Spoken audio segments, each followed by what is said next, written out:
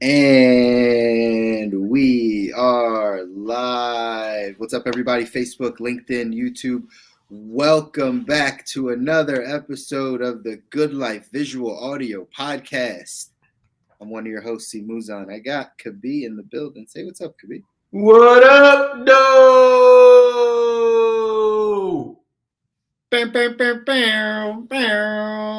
Ladies and gentlemen, I am on the road. I do not have the button, but my partner here has done a great job of mimicking the button. Not as good as the button, but very close. Very close. Very close. A little less close. Okay. A little less close. That's okay. That's what we got. That's what we got, and we're gonna get that to you today. I'm excited. I'm excited because did you know, sir? I know you're a hip hop head, a little bit of, you in the older crowd. You don't really mess with the new generation. That's understandable. But before hip hop, there was techno. And we all know that techno was, of course, birthed in Detroit. Who knew?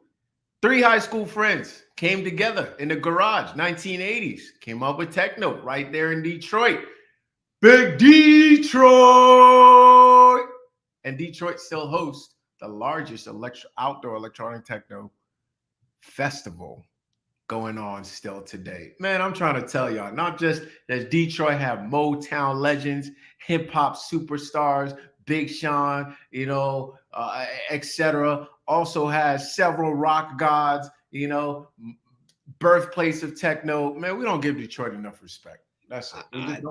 I don't think we do. And that was a fact I did not know. Techno birthed in Detroit. Look at that. Another win for the D. Another win for the D, the city that we love to rep that we have never been to. But it's okay. And I know y'all paying attention to the Detroit Lions about to make it to the playoffs. Underrated, never respected, but still stay low, keep firing. I see you, Detroit. I see you. Yeah, see, we don't care about that side because the Eagles are 13-1. So let's go Eagles, 2-5, baby. Let's go Philly. Detroit, Philly showdown. It's coming up. It's gonna come up. They're gonna go head to head. When is this? Sometime in the future. I don't know exactly when. Sometime in the future. Sometime in the future, it will go head to head, and Detroit's gonna come out on top. Y'all missing your young gunslinger. Shout out Hurts. That's a leader, man. I have a lot of respect for Hurts. I think Philly, some way, somehow, has pulled together a respectable team. And I won't say anything bad about Philly. It is a hard city. It's a terrible place to live. However, those are not my opinions. They're just those clearly are your opinions. They're not. Those are clearly your opinions. No. These are just statements, vetted by several reputable scientists. And a couple peer-reviewed articles have come out about this, that living in Philly is bad for your health. Yeah, I don't know what articles you're reading, sir. I will not co-sign that. It is no worse to live in. It's cool. It's already been published. So if you want to upgrade your life, maybe head to Detroit. I don't think that's an upgrade. But we still love Detroit, just not more than Philly. 215 all day. Welcome, everyone. Thanks for that techno, though. That's a good one. Do you listen to techno? Absolutely not. Okay. Neither do I. No, it was before my time. I do respect techno. Techno is, huge. Yeah. Right? Techno is huge. I do respect techno, but I would have to do quite a bit of digging to go find some techno, and that's just not what I want to do with my time right now. I understand. Likewise. Here's what I do want us to do with our time. I want us to dive in. We are here on episode 99, and it's that time of the show where we are diving into our 2x2. 2x2. That's right. This is the time we're going to take a topic, and we, myself and Kabi, we're going to give you our 2 minutes take on this topic, our 2-minute take on this topic. Here's the topic today. Tyrell Terry retiring from basketball. Some of you may have seen this. Some of you may not have seen this. But Tyrell Terry, a basketball player for the Dallas Mavericks, has decided at the ripe age of 22, I think 22, I think he is. He decided 22, that's right, yeah, 22. he decided to retire from the game of basketball. He's 22 and he's retiring. The reason he cited was anxiety. What's your take on this? Give me your 2 minutes, sir. Listen, I think this is a really important topic to pay attention to. Especially coming off the last 2.5 years that we've had here. I think this is an increase in problem. That is really kind of strangling a lot of people in silence. It's one that there is no set way to deal with it. Everybody, it affects them differently. It arises differently. But yet it can be just as crippling as any other health condition that may come up. And I think we got to take it seriously. It's something that starts from a very young age. And when I heard this, I really saw it from several different perspectives, right? From, parents putting pressure on their kids, whether it's athletically or even academically, right? Putting a lot of pressure on them to be a particular way, to look a particular way, to do a particular way, to perform in a particular way. And then, kids carrying that pressure on and putting it on themselves in college. When you talk to a lot of college kids, they're double, triple majoring because you just got to do more and more and more and more just to quote unquote stand out and perform in this world. And then they take that pressure into their career more and more and more. And then that pressure increases more into their family life as they start a family, right? So it's almost as if, it's kind of like inflation. This thing doesn't really decrease. It only gets worse over time. Or more so the devaluing of the dollar might be a better example. I don't want to go too deep into that, but y'all go ahead and do your research. But I think this is very important because nobody is going to come out of anywhere and help you with this situation. And if you ignore it, like I did for a long time, where it's like kind of like you're bullheaded, right? You run through it. That's just for weak folks. That's just weak until it catches up with you eventually, right? It catches up with you eventually. So I think it's it's more of a preventative thing, right? Make sure you give yourselves breaks. Make sure you give yourself tools, right? Make sure you surround yourself with people that are going to help you with that situation. Especially, I'll say as Black males in the United States of America, we drop dead more than any other group from heart conditions and hypertension and things that are made that show up as a result of high levels of pressure and anxiety and you don't want to wait for that because those type of things easily merge into addictions, right? Yeah. Different ways of trying to address that stress or just freakouts, right? Yeah. You hear of people just up and leaving and just doing things that are quote unquote out of the ordinary. All of a sudden, mental breakdowns, right?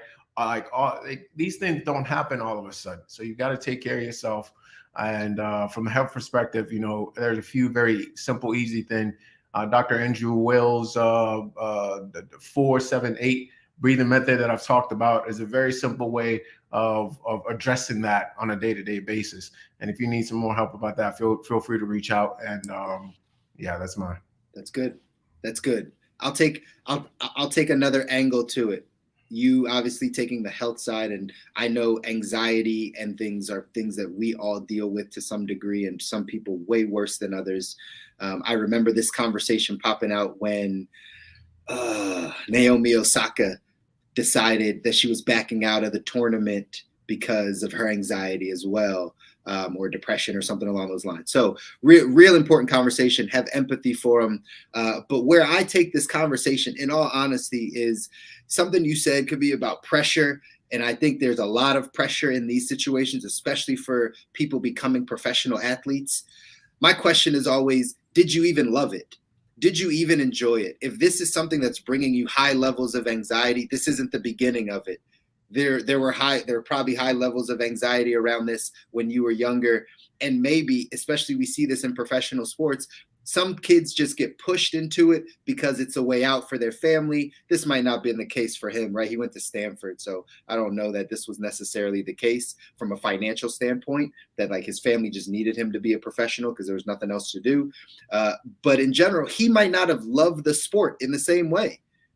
He might not have loved the sport in the same way. So at any point over time, could he have stopped playing? Or were there societal pressures or family pressures that caused him to get to this place? He made it to the pinnacle. There's only a certain amount of people that make it to the NBA. He got drafted to the NBA. That is such a small percentage of people, meaning his talent was there, but was his heart really there?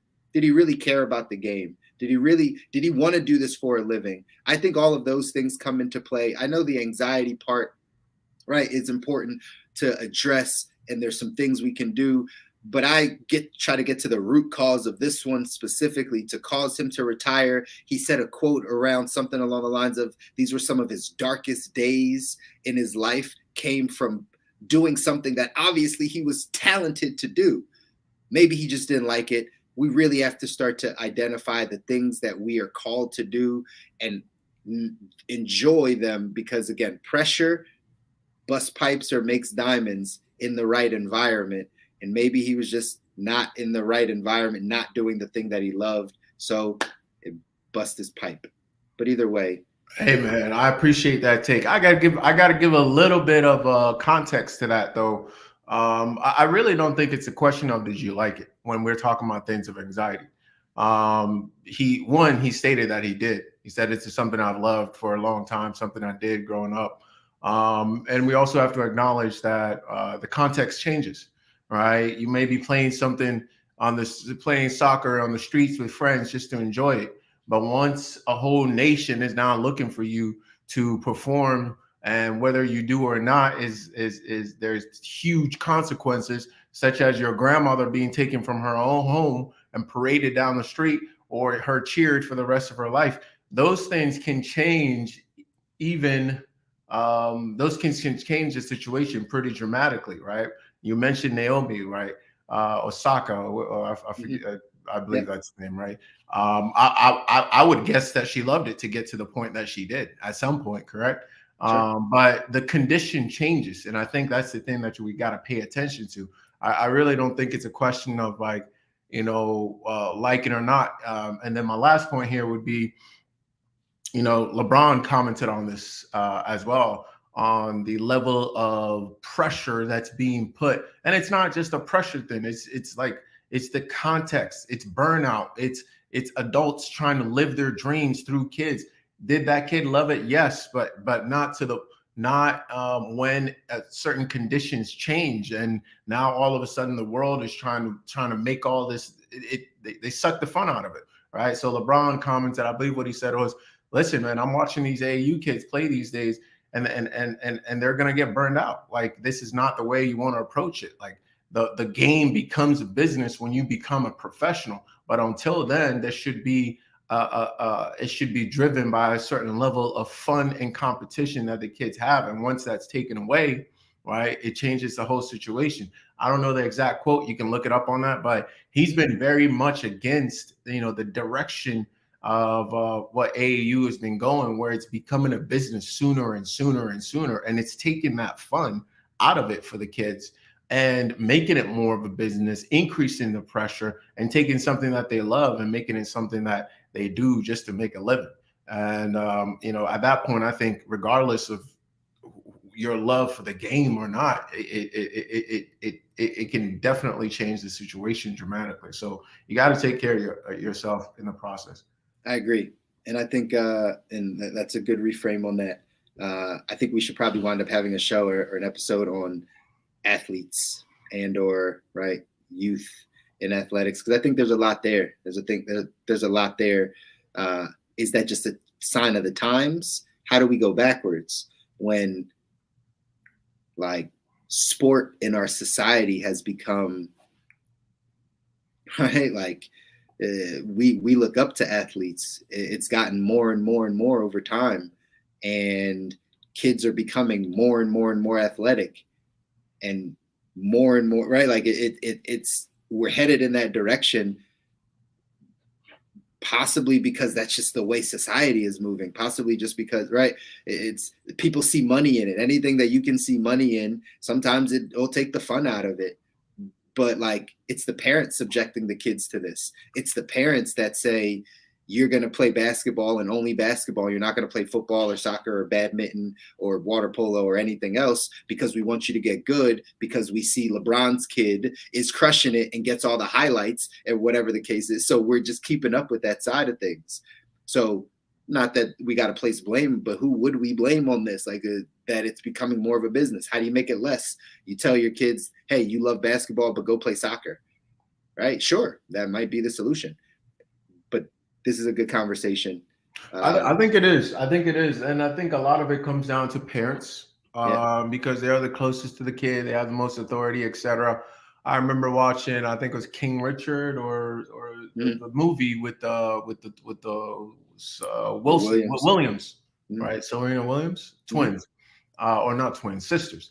And I think one of the biggest things the father did was to kind of protect and shield the kids from playing high levels of tennis, like going through the gauntlet, right, of playing all these tournaments. He said, I remember the one scene, he was like, you're not going to burn out my kids, right? And he got a lot of flack for that, right? They didn't play junior tournaments for a really long time, but look at how long of a career they've had, and look at how many people, to go back to Naomi, right? Look how many people are hitting burnouts at such a young age. And and so maybe that was one of the biggest things he did for them in terms of setting up their career, so they don't get burned out, and she can play for how many ever years Serena has played, and gotten to really retire at a stage where she still loves the game, but her body is just not keeping up. You don't see too much of that, right? Yeah. I think it's very, very important. And not just, in terms of, and I know we've taken this too long, but it's part of the show right here. I think it's important to elaborate on this. This is not just a sports thing. I think a lot of parents, my parents in particular, that I remember, and a lot of parents that I know, they go with academics, right? They take the fun out of learning. All right. I've been a teacher, and I've seen when a kid is having fun learning versus when a kid is learning as a means to an end. Right. And it's a very different process. When you lose the fun of learning, you start to learn out of, you get A's out of fear. Right. You do well out of fear. Right. I can't not do well. All right. So then you start to do things to get to that result that totally negate the process of learning in and of itself. Right. That's where you see kids under so much pressure, parents paying for kids to get into certain colleges, kids cheating their way all throughout school, not really learning anything. Right. This is not just a sports thing. This is kind of a societal thing, right? Of how we do things. Okay. So, we rush to, I want to be fit, and, you rush to be fit, and then you bypass the entire journey of getting fit. Right. And in that journey, you don't, your muscles get bigger, but your tendons don't strengthen, your ligaments don't strengthen, right? Your nervous system doesn't keep up, right? Your brain doesn't keep your mind-body connection isn't there, right? So you miss all of that, but you bigger. You miss the entire journey. And I think the bigger piece of it here is the journey, right? The journey, the reason LeBron has been able to play for so long is falling in love with the journey, the process. The reason Tom Brady has been able to play so long is because he fall in love with the process of practicing, right? They say you always want to go play the game, right? But the reason people retire is because they burn out from practice. They no longer want to go to practice because it's such a grind, and they fall out of love with practice. The reason Tom Brady has been there so long is because of practice. This might be a little bit of a word for Philly fans here, that practice is important, Philadelphia. Practice. Talking about practice. Really? Are we? But I understand what you're saying. It's true. It's true, right? Like, and again, I think we have to be mindful of these things. it might not be just it's not just the athlete. It's it's all of us. It's how we continue to operate. When you take the fun out of something, when you take the joy out of something, when it becomes a means to an end, when you're just going through the routine, you're striving because again, this is what society said is the norm. I think these are areas that we have to pay attention to. And my question is always just how do we go back, right? Once it becomes a society thing, obviously it's each individual person. It's kind of taking that step back as a parent. Is there something you're supposed to be serious about to push your child, to actually push your child into or in a direction and not take the fun out of? I didn't see the movie King Richard. I understand the premise of it, but I didn't see it. So I don't know how this actually plays out when it's like, I know you're very smart, so I'm going to push you in academically. And then when you tell me, hey, this is not fun, this is not like what I want, what does that parent do? You spoke on your parents, right? In the transparent moment, right? Like my mom let me quit everything. Love my mom, right? She let me quit everything. Like I was like, I don't want to swim anymore. She's like, okay. I don't want to do this anymore. Okay. I don't want to bowl anymore. I don't want to do karate anymore. I literally quit every single sport that I ever did in my entire life. Every single one. Never saw anything through all the way to the end, except for water polo. I played my senior year, but everything else in every aspect from a child growing up, I never had to. I was a great swimmer. I could have been an Olympian most likely. I was a great swimmer. I literally at the age of like 10, 12 was like, I don't want to swim anymore. I'm not going to the Olympics. I don't want to do this. No pushback. She's like, all right, stop. I could have been great at a lot of things. So where do you get that side, right? Like who pushes? I'm sure there's an extreme, right? We could push too far, but the other side of like, oh, well, just let them kind of do, is that really helping them achieve greatness? If that's the goal, right? Again, a lot of these different conversations can come from athletic side of things, can come from academics, can come from just parents caring about kind of what they want to see in their child, living vicariously through their child, so to speak. But how do we change it? And what are the effects of going the other direction if we're too far on this side? Oh, you want the answers. That becomes the question. You want the answers. You ain't got the answers, Sway. That's why. You ain't got you can't handle the truth. Right? No, I don't know. It depends on the context, right? There's a difference between pushing, pulling, and supporting. And I think it just depends on the context. For some people, the pushing works very well and the pulling works very well and whatnot. But it really truthfully depends on the context. Is that your dream or their dream? Are you pushing, pulling, or supporting? Which one does the kid actually respond to? Right. And there's I think it's a fine harmony once again that we come to. And I don't think these situations we're talking, coming back to Tyrell Terry, I don't think parents were I have no idea, but I think his situation was a little different. It was just a recognition of like, listen, this is not good for me anymore. Sure. This is not working for me. Right. And there's those that don't make the decision that he made and they utilize substances their entire career to get through the pressure of doing what they quote unquote love to do. All right. You got Chris Herring, who came to our school one time to speak to us. And he talked about, I never played an NBA game sober. What? I never played an NBA game sober. Bro, think about that for a second, right? What's going on with this man? Ever? And this dude was out here dropping buckets. Like, you know what I mean? So I think it all again depends. But when we see something like this, because we see lots of examples, we do actually see lots of examples of parents who have pushed kids, who have become successful and are happy about this, right? This is more of a balance to that.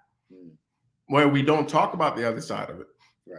Right. We see a Jerry Rice, who a few others, Peyton Manning or whatever, and they're up. Russell Wilson, I know because went to high school, one of our rival high schools. You know what I'm saying? And will be up, for throwing footballs for 3 hours before they go to school, and they loved it. Yeah. Right. Or they hated it, but they were down for it.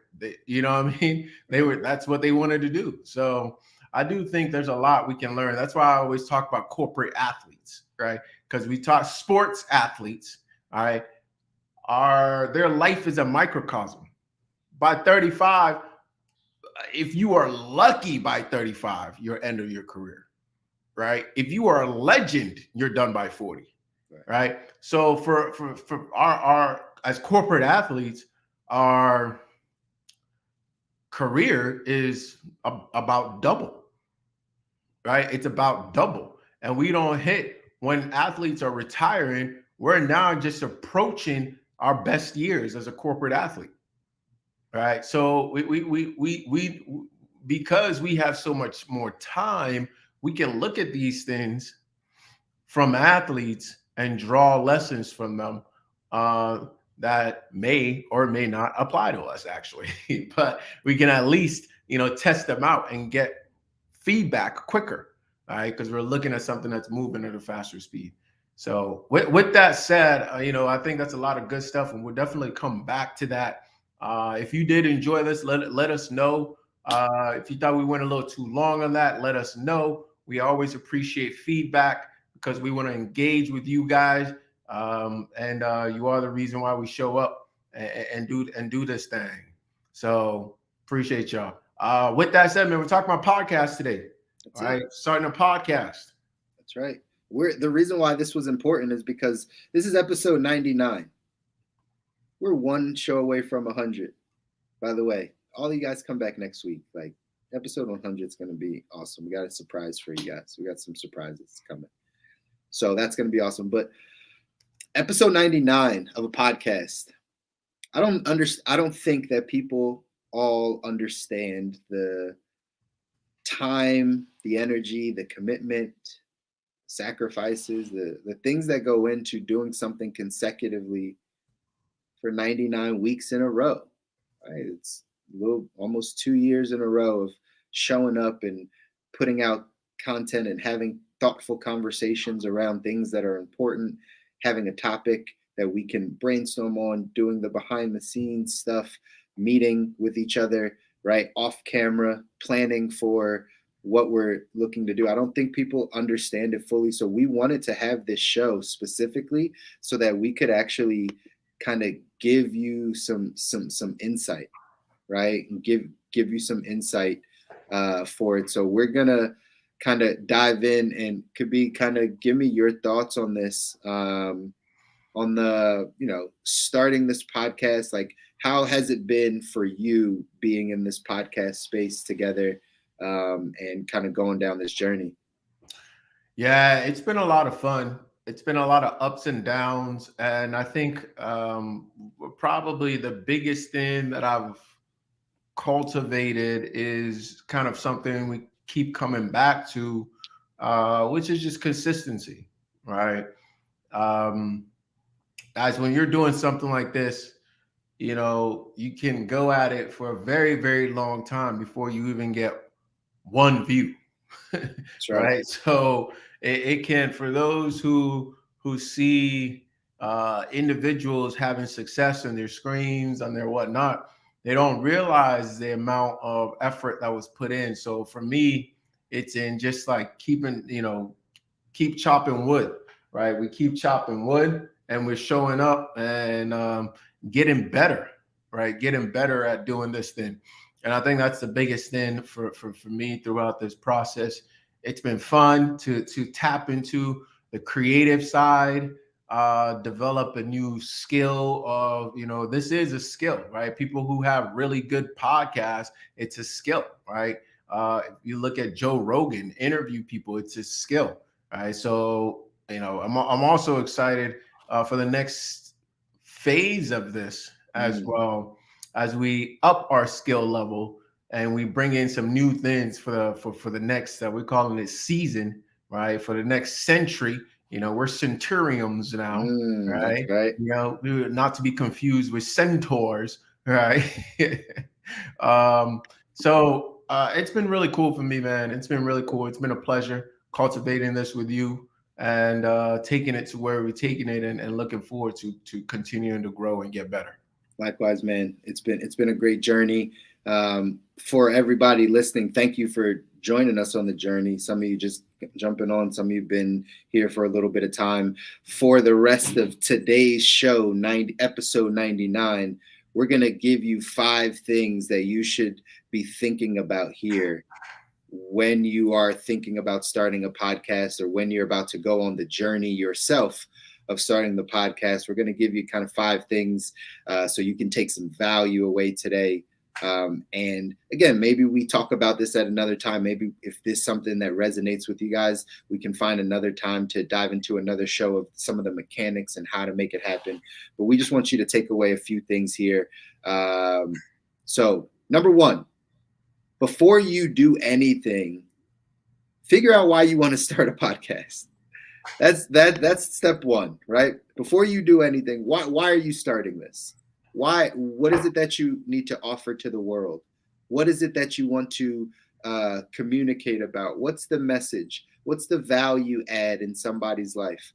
What are you trying to get to? Maybe you have a product or a service or something that you want to get to people. So that could be the reason. Hey, I'm starting a podcast for marketing purposes because I really want people to know about X service that I have or this product that I have. Maybe you just have things you just want to get off your chest. You want to have good conversations. You want to talk. There's some things that are bugging you. There's some things that you're seeing and you're just like, man, I got to talk about this because I know there's some other people that feel the way I feel. So let me get this out into the world. Who knows what your motivation is, but you got to know why you're starting. What's your thoughts on that one, Kabir? I think this is the most important one we can talk about here. Your why is going to dictate so many things. It's going to dictate how you measure your success. It's going to dictate where you focus your attention and your effort. It's going to dictate where, how you produce the show, etc.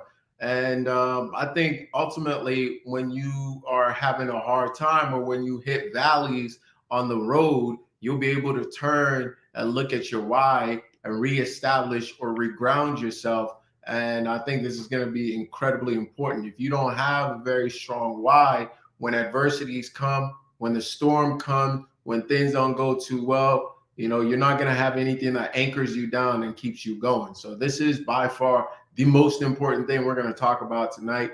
And your why may change. So stay committed, but be flexible, right? Stay committed, but be flexible. And I think that's incredibly important and something we can drop here for you guys. That's it, right? That why is incredibly important in all things, specifically starting a podcast. So just like he said, right?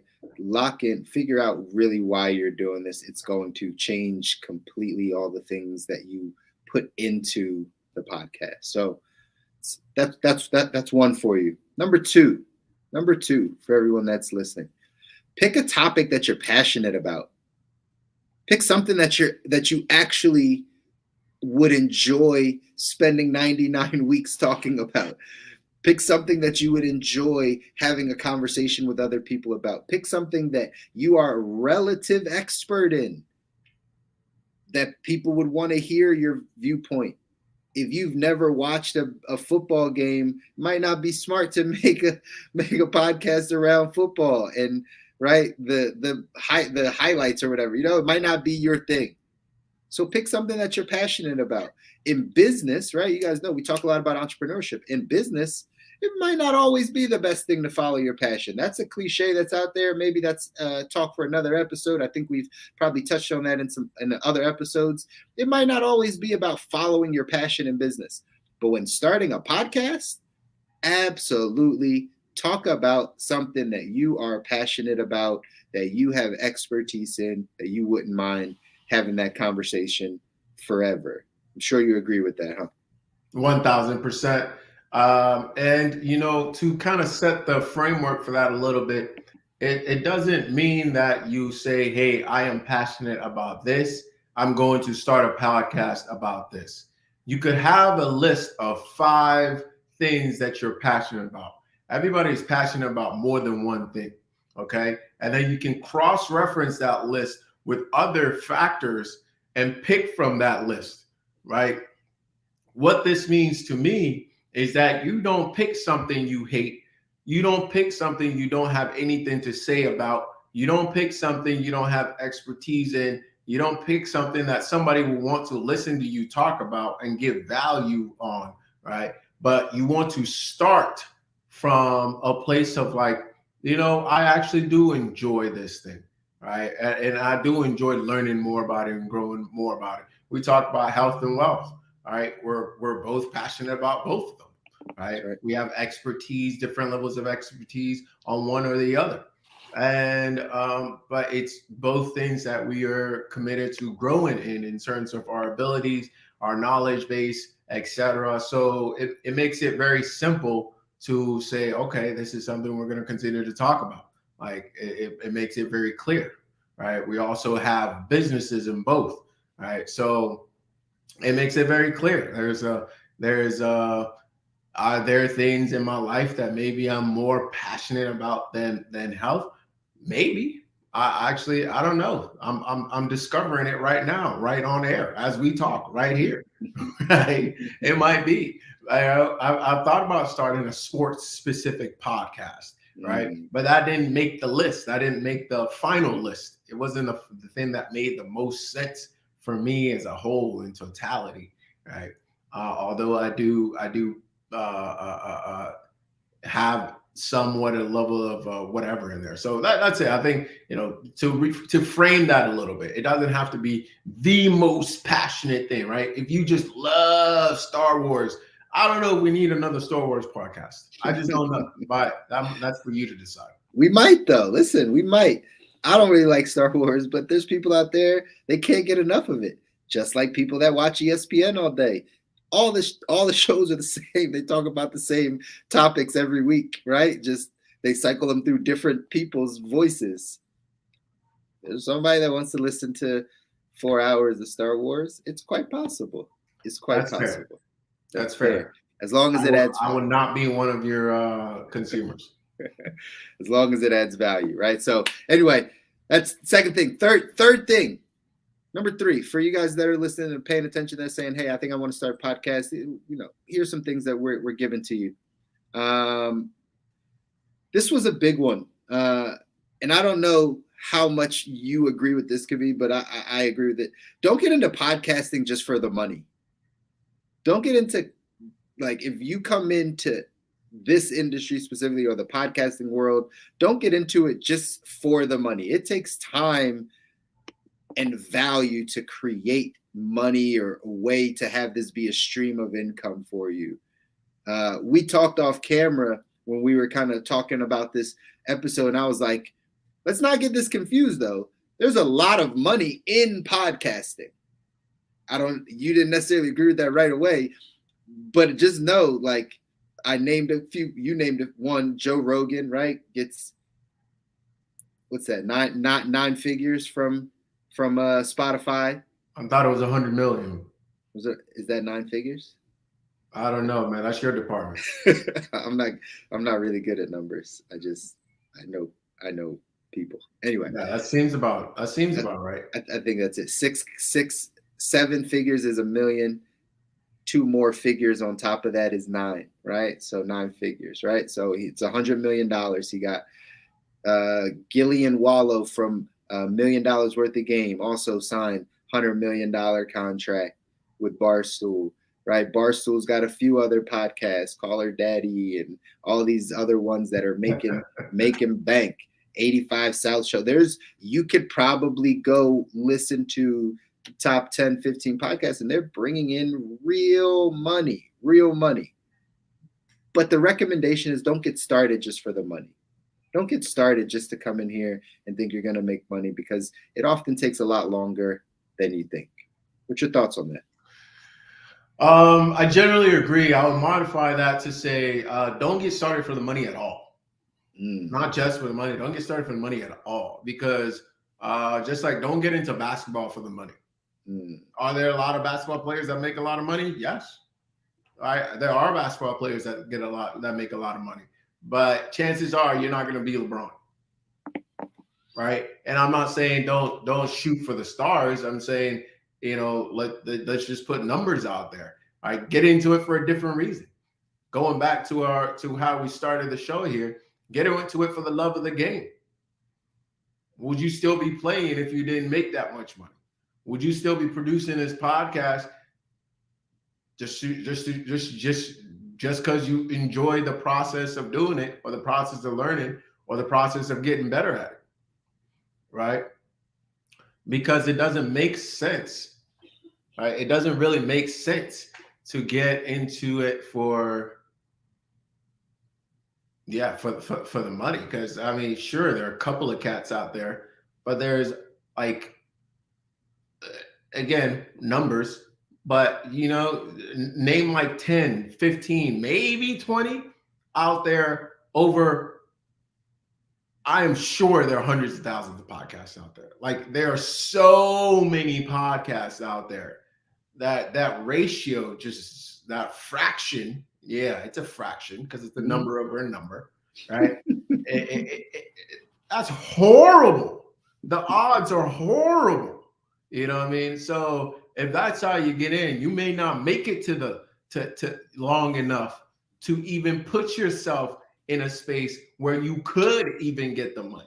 Here's a question, bro. I'm gonna stay here for a second. Do you think this is because those hundreds of thousands of podcasts have a lack of knowledge, or is it a lack of talent? Like, is it a lack of knowledge of how to monetize their podcast, or you think they're just not good, so there's not going to be much money in it until they get good? Like, do you lead to one side or the other? I don't think it's just those two options, right? I think there's other options involved.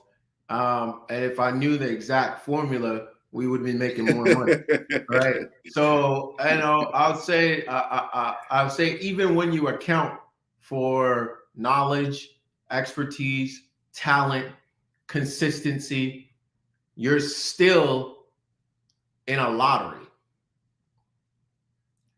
You're still in a lottery. So there are a lot of people that check all of those boxes, I believe strongly, out of those hundreds of thousands of podcasts out there, and they're still not breaking the bank for whatever reason, because there's still some chance to it.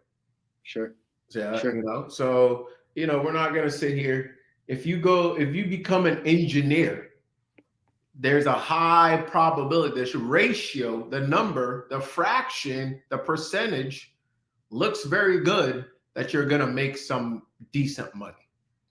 Okay. It looks very good. You're even if you're a mediocre engineer, you're going to make some money. Okay. Even if you're a mediocre plumber, you're going to make some money. Shout out plumbers. I know I am pro plumbers. Chris is not. All right. Don't get the plumbers against me. I'm not anti-plumbers. Just know, if Chris Everts calls you to fix his toilet, don't go.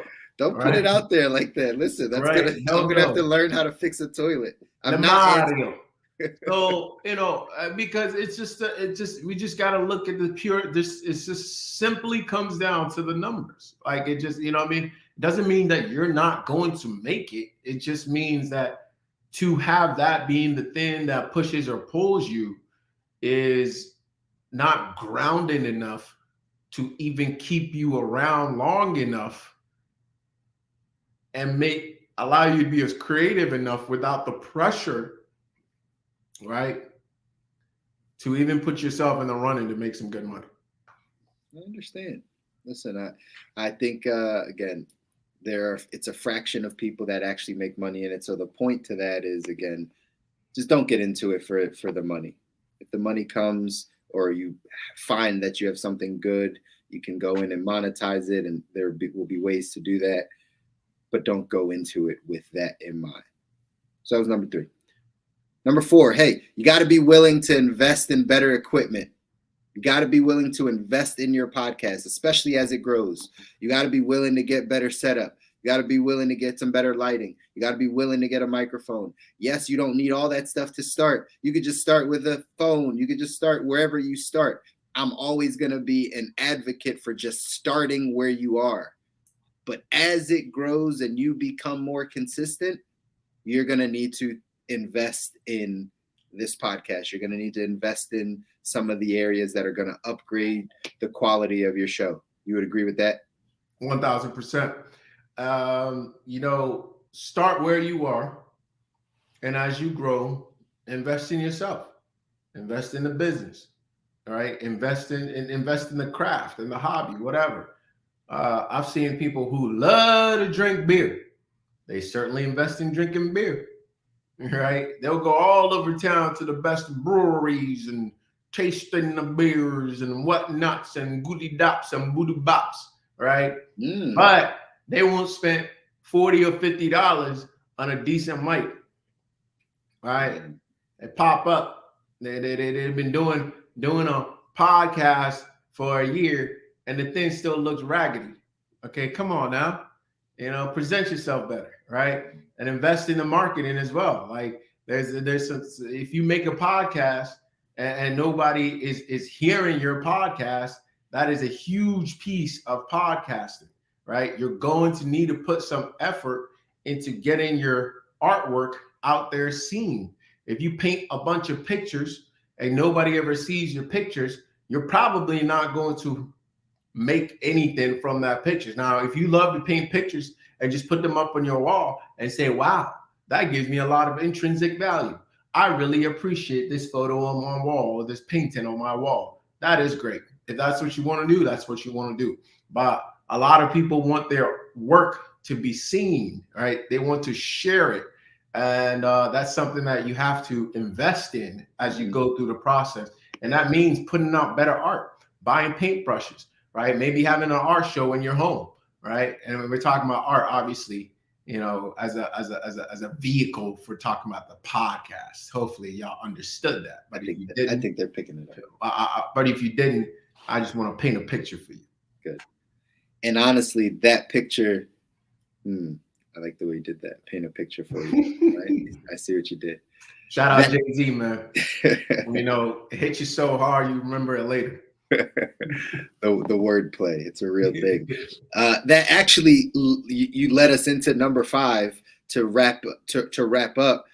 Marketing is a big part of your podcast. Marketing is a huge part of your podcast, so figure out a strategy. You can't just go in and wing this thing. You can't just go in and say, I'm just going to put it out and then, right, let's see what happens. No, you have to learn how to market it. It is a living, breathing thing. It is your art. It is what you are now investing in, what you have a plan for, right? All these types of things. So you need to put marketing high up the priority list. It's something we still are working through on our podcast, on our show. We are still working through a marketing strategy. Some behind the scenes for y'all that don't know, we meet weekly to talk about marketing, to talk about how to get it to more people, to get more eyeballs, to get more listeners, to get the information to more people. We have these conversations around it because it's such an important part to getting your art seen and heard. If you take pride in it, if it's something that you're going to spend time and energy doing, that you're going to invest in, that you're going to create from, then you need to get it seen. That becomes marketing. So marketing is of high importance when it comes to your podcast. Could not agree more. I kind of gave my 2 piece there before the marketing piece. Second, everything you just said. I want to throw in a little bit of a bonus that I see a lot of people maybe don't recognize, right? And so, Final 5 plus 1. I think a lot of people, hear about the Joe Rogans or others where you're signing with somebody, right? You're signing with somebody to monetize the work that you're putting out there. That is not the only way. Okay. From day one, you could start and have your own thing that you push. Let me give an easy example. let's say you put together your podcast is about, education, okay, right? And you put out an e-manual about how to go through college debt free, right? Right up from day one, you could start plugging that e-manual on Amazon.com and you start pushing your own thing. Okay. So I think a lot of people don't think about that, and they just think about, oh, let's get big and sign a contract with somebody. See, when you sign things with people, they dictate how you approach things. Okay. I believe big bro Joe Budden spoke on this with Spotify recently. Okay. That signing involves you giving up something to get something in return. Okay. I'm not saying it's a bad thing. It could be a fantastic thing. Okay. But don't forget that there's ways for you to generate your own income around the work that you put out there. And it doesn't necessarily have to end in signing with others. You could generate your own stuff. So it's something you can think about right away. And that comes with kind of the why, being passionate about it, having expertise in it, being treating it as a work of art, investing in it, improving it, and making sure that you're getting better and growing as we go along. That's right. And as we wrap it up, the last thing I'll say about it is something we talk about a lot here on The Good Life. Take ownership of it. It's yours. Make it what you want it to be. Back to that signing process, like you have to give up something. We believe in ownership. We believe in ownership. Make it yours. Own what you're doing. Own your product. Own the art that you're putting out to the world. You don't have to sign it over to somebody. You can make it what you want, and the right people, if you're adding value, will come.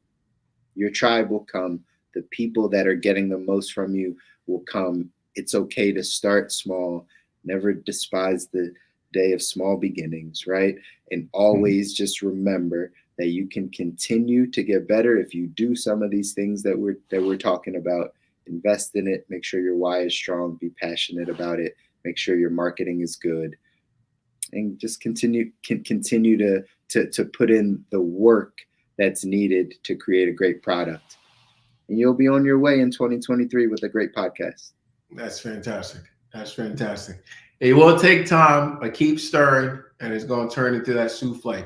I don't know nothing about making no souffle. Maybe that's not the way it goes, but maybe it is. I don't know. Either way, family, community, brothers and sisters, whatever it is that you consider yourself, we appreciate you joining us for another episode here. Hopefully you got something out of that. If you are thinking about putting out a podcast, let us know. We'll be curious. We'd love to have you maybe even come on the show and talk to us about your podcast that you're starting up. Or maybe we can get on your podcast and talk about podcasting and other things in regards to health and wealth. We're always looking to collab, especially in this next, we're not always looking to collab. We're actually opening up that avenue. That's right. As an area of growth in 2023. So it's something that we definitely want to push out there. I don't know if you want to let people know how they can join a Facebook group or not. I do, actually, because it's important for us to get you guys to interact with us a little bit more. Join our Facebook group over here. Again, it's on the screen for those of you that are watching. bit.ly/TGL Connect. bit.ly/TGL Connect gets you over in our Facebook group. Again, get a little bit more access to Kabi and myself. We get a chance to interact with you as a community. And boy, do we have some good stuff coming up for season 4. Do we have some things that we're going to drop for you guys? So we want you to be as close and connected as possible. Next week is episode 100. Huge milestone for us. We got some surprises in store for you. Jump into the Facebook group. Get a chance to interact with us, because after episode 100, we're stepping into a whole new realm here on The Good Life. We want you to be connected to us. We want to continue to add value. Do that over on Facebook if you're not already there with us. I'm excited for episode 100, by the way. Yeah, it should be hype. It should be a really good episode. Make sure you join us. Make sure you join us live on Instagram, because we will be wanting you guys to participate as well. Actually, we will figure that out on Instagram now that I think about it. But join us however you usually join us, and I'm excited to see folks. I would love some participation, so maybe we'll figure that out somewhere somehow. We'll figure it out for sure. All right, guys. Until next time. Peace.